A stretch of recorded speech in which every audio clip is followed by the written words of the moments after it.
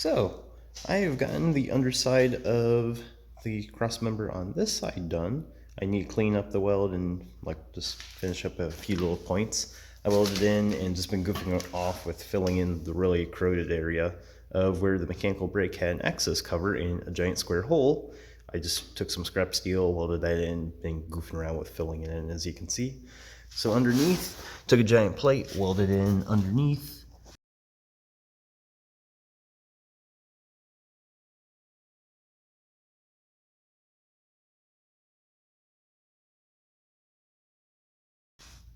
The welds don't look pretty because it sucks welding upside down. I keep getting burned, like I've got holes all over myself from it. So I needs cleaned up, and I was trying to get the wire or the welder dialed back in since my dad stopped by and fixed the lawnmower for a neighbor or something. So I had to redial in wire feed, gas mixture and all that cool stuff.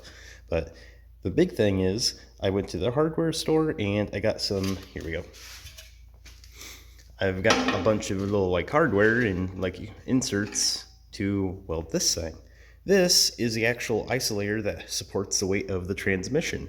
And the biggest thing is I just measured the one side to the other, found the actual center, and measured where the bolt holes were on just relation to the width of them, and trying to find where I wanted to actually set it in line of the actual bar.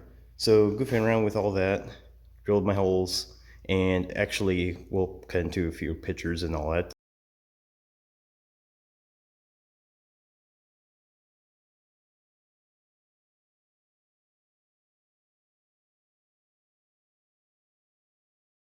To show you the process if I had time to.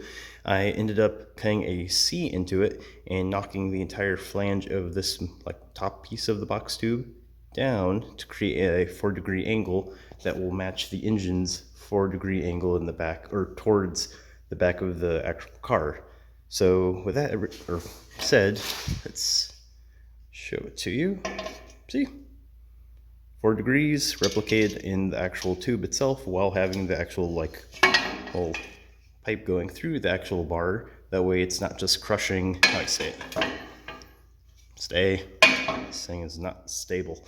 So if I didn't have an actual metal pipe going through the middle of this thing, it would just, can we zoom in there? You can see it. So that column is reinforcing this side of the box tube to the other side. Without it, it would just slowly crush one side to the other with the bolt going through the middle of it.